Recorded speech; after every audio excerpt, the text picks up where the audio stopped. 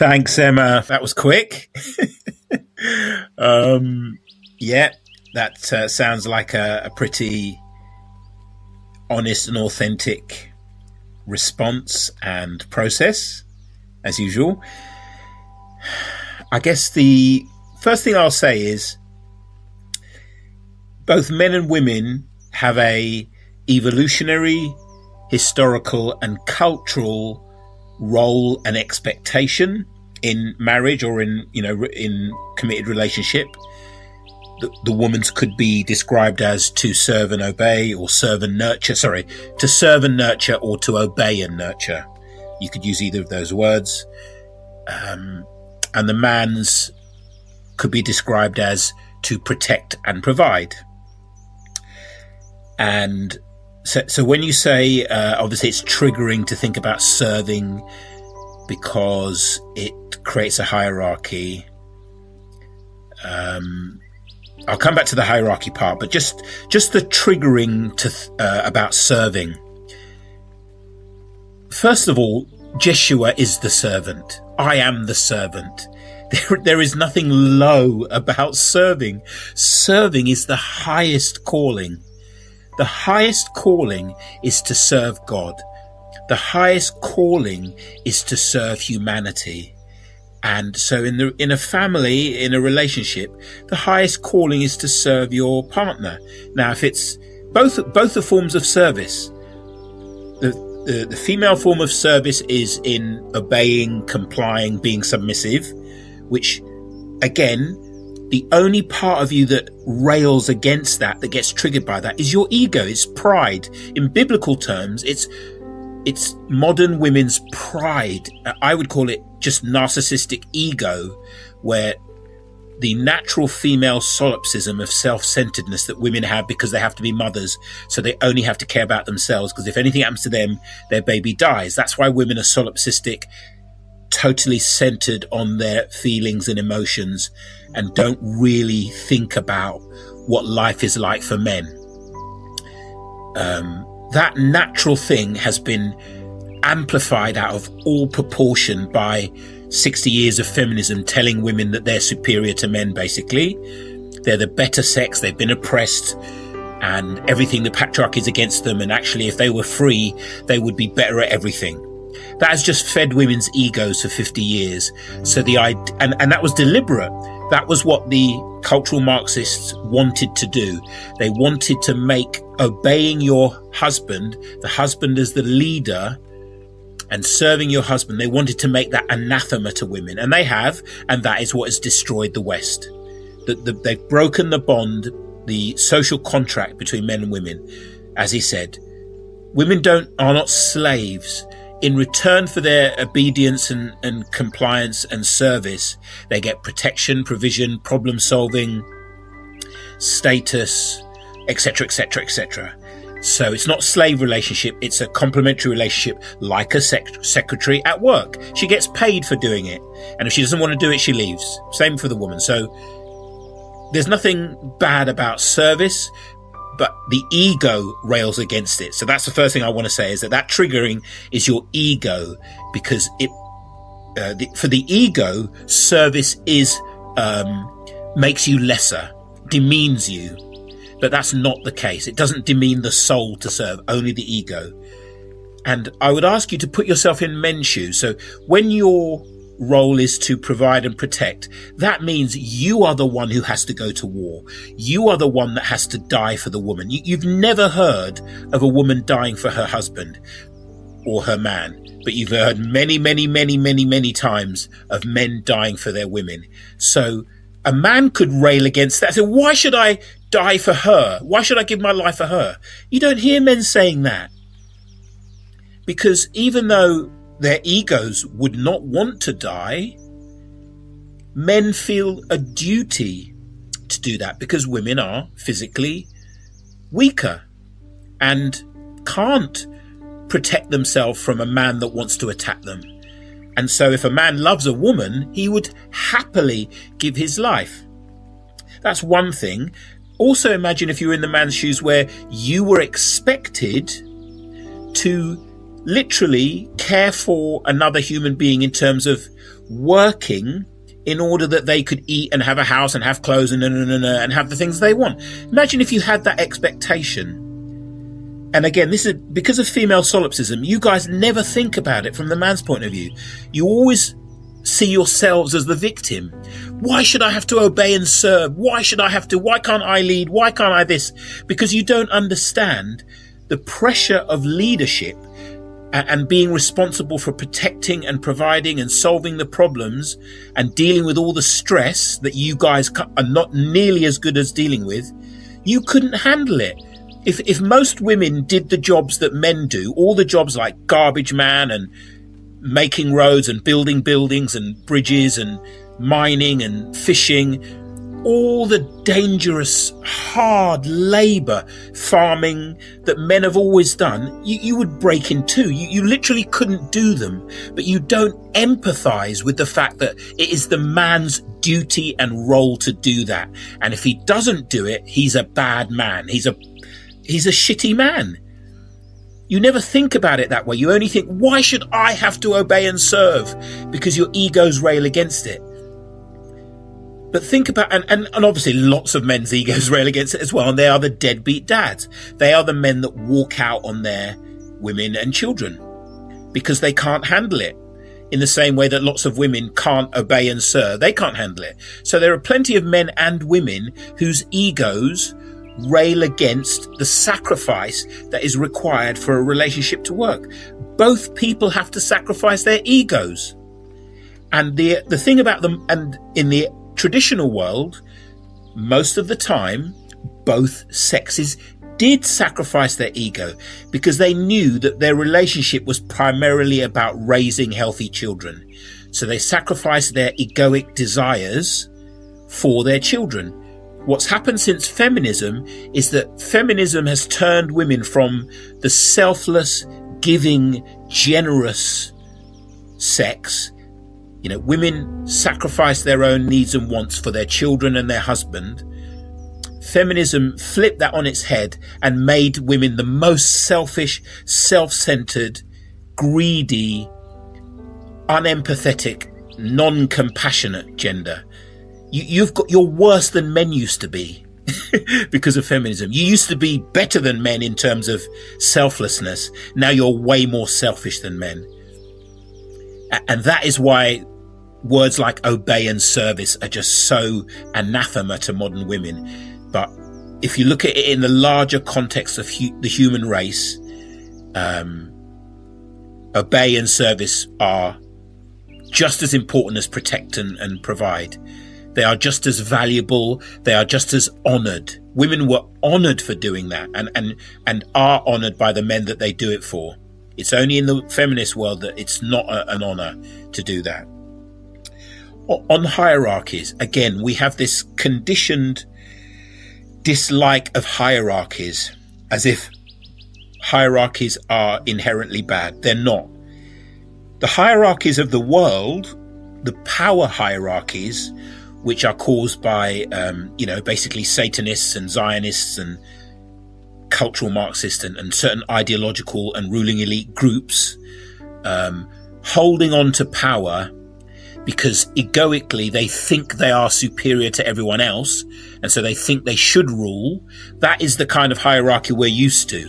But nature and the universe is full of hierarchy. There is nothing wrong with hierarchy. There is the hierarchy of atoms, which are embedded within molecules, which are embedded within cells, which are embedded within organs, which are embedded within organisms, which are embedded within ecosystems, which are embedded within planets, which are embedded within solar systems, which are embedded within galaxies, which are embedded within galactic cultures. The whole universe is a hierarchy. Non-duality, the spectrum of consciousness, is a hierarchy, going from the lowest vibrations of fear and unworthiness and guilt and shame and up through self-esteem and love and joy and peace. That's a hierarchy. We're so, and I'm not having a go at you, Emma, but it's just something that I have to live with. is the fact that everybody is wrong about almost everything, because our entire society is designed to brainwash people to believe in illusion and to see the false as true and the true as false, and to believe the illusion, basically, to believe in separation, to believe that service is bad and obeying your man is bad and hierarchies are bad. That's all deliberate. That is what the Satanists who run the world, basically, the people who create wars and satanic rituals, and basically the whole world is designed around producing loosh, which is the food of the interdimensional entities that we know as demons, archons, and the same people that basically torture, rape and kill babies. All of the world is designed to produce loosh, which is basically human suffering, human terror, horror, fear, guilt, shame, etc., etc. All of the emotions that come from identifying with the ego are farmed by the interdimensional demons, and they use the ruling elites, the Zionists, the Satanists, to run the world and produce it. This is a loosh farm, yeah? That's what's actually going on. And so everything that you're taught at school, by your parents, by the mainstream media, by the education systems, by the scientific institutions, every ideology, all of it is of the world, and therefore it is the opposite of the kingdom, and therefore it is the opposite of that which brings the good, the true, and the beautiful. It is the opposite of God. It is the opposite of love. It's all wrong. So anything you believe because the world has taught it to you, or your ego believes it, is wrong. That's why the whole of the way is about unlearning every thought you've ever had, every thought you've ever held about everyone and everything. That's what it says in the introduction to the way. If you truly want to be what God created you to be, you will lay at the altar of your heart everything you think you know and everything you think you need. This is why I post what I post, to point out that it's all bullshit. It's all bullshit. Your understanding of the world should only come from one place, the still small voice of your heart, the Holy Spirit. That is the only reliable guidance in the world. It's within you.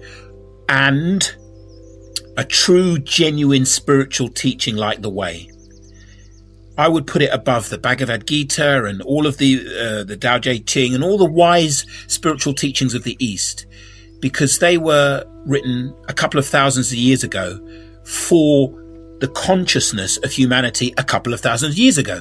The Way of Mastery and A Course in Miracles were written for the consciousness of today, and they include all the you create your own reality, The Secret, all the modern quantum physics understanding that we create reality as we observe it. That's why it's the best spiritual system, because it is updated and it takes into account modern human consciousness and the modern human world.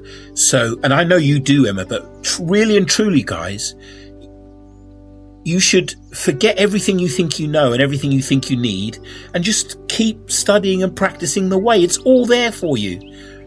And the way basically exists to guide you back to yourself, to guide you back to the Holy Spirit's guidance, to guide you away from the wrong voice in your head, the one that you do listen to all the time, to the still small voice of the heart, the one that you can and do listen to, but can and should listen to much, much more, like all the time. And it should be the only voice. That's the ultimate, for it to be the only voice you listen to, and you never listen to the voice in the head anymore. Because whenever you're triggered, whenever you're in resistance, it's because you are identified with the voice in the head and the ego, which is prideful. It wants things the way it wants them, because it believes it's a separate self that is full of fear and needs to protect itself and needs to project judgment onto the world if the world isn't doing what it wants it to do. That whole way of living from the ego is what you're asked not to do on the way. The way Jeshua puts it is, You are asked to do only one thing: to live as if you are not an ego. That's the only thing you need to do to practice the way. Live as if you are not an ego. And what's the easiest way to do that? Don't believe yourself. Never listen to the wrong voice. Never listen to the unconscious compulsive thoughts in your head. Never. Never listen to them. Never justify your judgments. Never justify your interpretations. Never justify your stories. They will arise, but just recognize them for what they are. It's just programming. It's just fear. It's just the conditioning of the world. It's literally the world living in your head, trying to get you to confirm and affirm the illusion of separation. That's all that voice is about. You need do nothing means you need to do nothing. You need to spend as much time as possible silently resting and abiding within, with God, with soul, with spirit, with the witness, with radical inquiry, with making home in the breath, with all of the practices, and throughout your day with the living meditation. So washing up, doing the laundry, whatever you're doing in your chores, do them in a state of presence and witnessing. Cultivate nothingness. Cultivate a quiet mind. Cultivate presence, because it's in presence and mindfulness and witnessing that you can feel, because you don't really hear the Holy Spirit. You don't hear it like a voice in the head. You don't hear it like a voice. It's a sense, a felt sense of knowing. It's a felt sense of knowing what to do next. Do I turn left or right? Do I choose this or that? That's all it is. It's just a felt knowing of what to do next. It doesn't tell you about the past. It doesn't tell you about the future.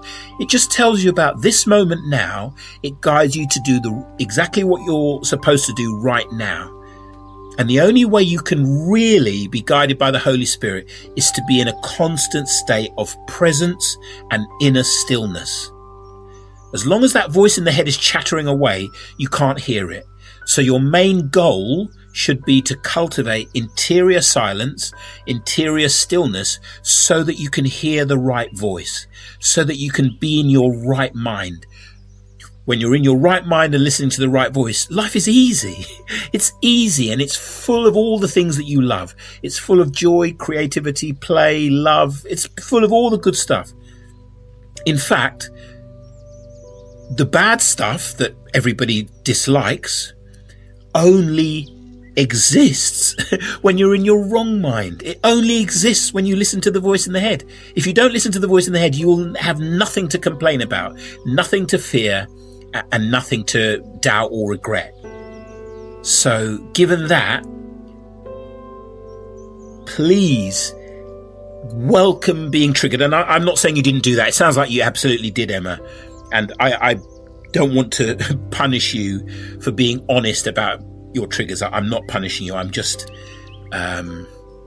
elaborating and clarifying that the journey of being triggered by life is the journey, and the way to embrace those triggers is to always return to the truth. Always return to the truth of your oneness, your unchanging, unchangeable, unchanged oneness with God, your ever-present enlightenment, your true nature as Christ. Always start from there. Let that be what you navigate life from. You have to navigate life from, I'm already Christ. I'm already enlightened. You can't get to enlightenment and you can't get to Christhood, because that's where you started, and that's where you will always start. So if you think it's something you need to get to, you will never get there, because you are affirming the belief in separation. You must always start with, I and my Father are one. There is only God. God is but love. Therefore, only love is real. That must be the foundation that you approach each moment with. And the simplest way of doing that, I like to simplify things, is to bless every moment, to embrace with love every moment, in faith and trust that you are indeed one with God. and that God's love is infinite, eternal, unconditional.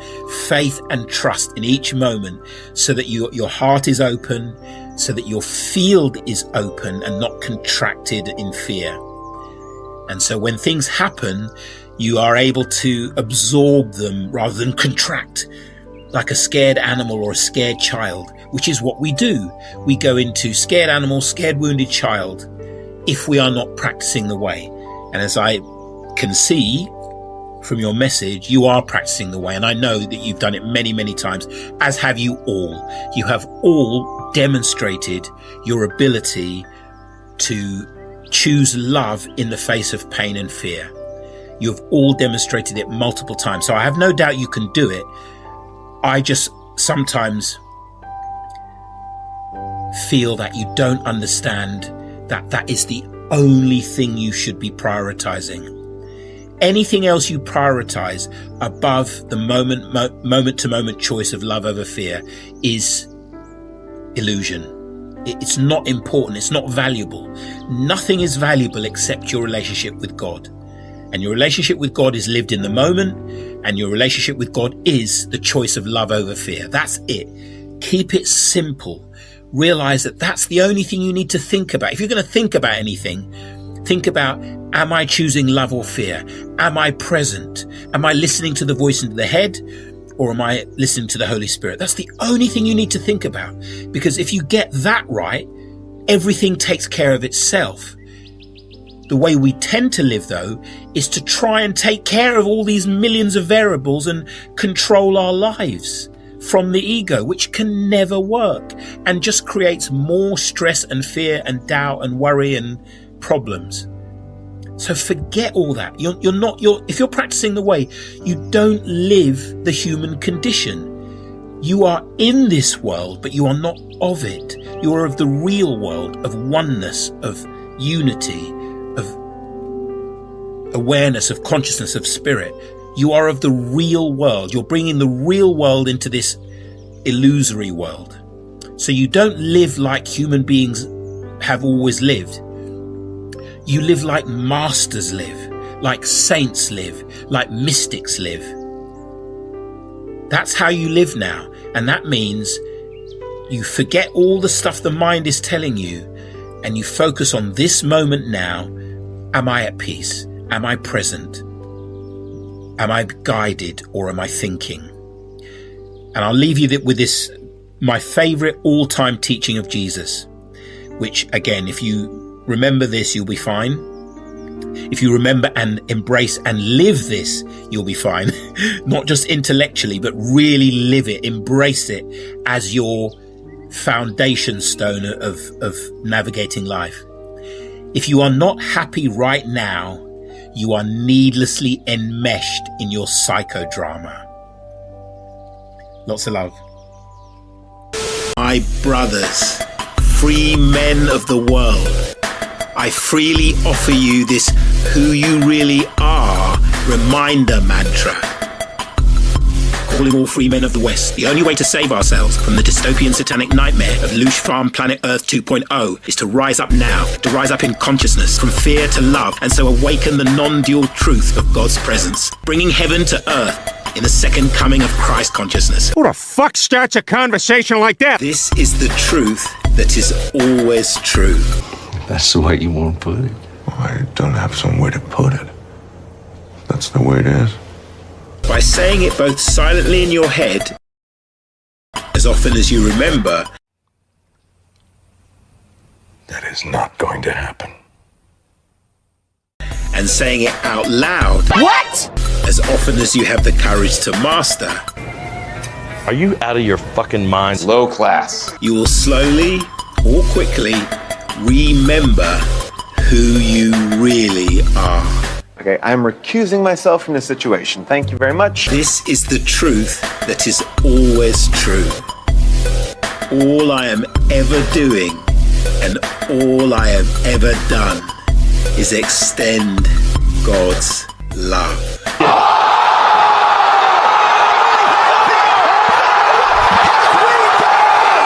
That's right, I said it! Really? All I am ever doing All I have ever done is extend God's love.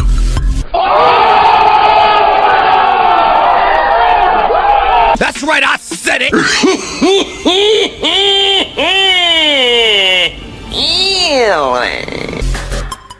All I am ever doing, all I have ever done is extend God's love. Oh my God. I get it. That's right, I said it! Oh, I see. What did I just see? What did I just see?